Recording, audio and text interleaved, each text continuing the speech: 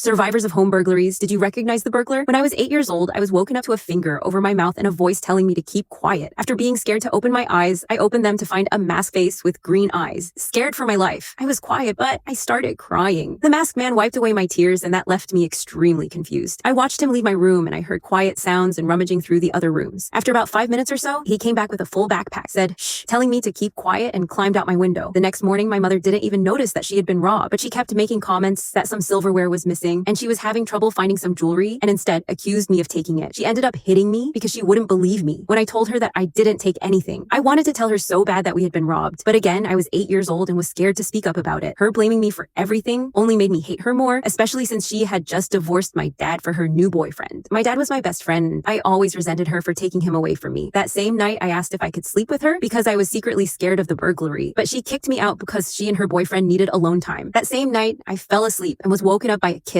on my forehead. I thought it was my mom, but it was the burglar. When he saw me wake up, he started to walk away, but I grabbed his hand and I immediately knew who it was. Dad. I asked him my suspicions were correct and he took off his mask. He said, "How are you, sweetie?" I made him stay and talk to me that night. We got in my bed and I asked him why he was stealing. He essentially told me that the divorce was rough on him and that my mom had an expensive lawyer who took everything from him. He told me he was struggling and he was just taking what was rightfully his. All the jewelry he bought her and the silver his mom left the house was worth thousands. And she kept it all, the house and me. I told him I didn't want to live with my mom anymore, that I hated her and wanted to live with him. He told me one day he'll fight for custody of me again, but he needed to get back up on his feet. He kissed me goodnight, put his mask on, and said that he would see me again. But when he got up to leave, my door slammed open and my mom's boyfriend started wailing on my father. I cried for him to stop and told him that was my dad, but he wouldn't listen. He had been drinking. I called 911, and by the time paramedics arrived, my father was in bad shape. His eyes were glued shut and he was only breathing out of one nostril. In the hospital, my father was handcuffed, sentenced to 15 years with no parole for endangering me and breaking and entering. Since then, I stopped talking to my mom and her boyfriend, and I only went to school and worked, so I didn't have to depend on them. Right now, I'm saving up for a car so I can visit my father in prison.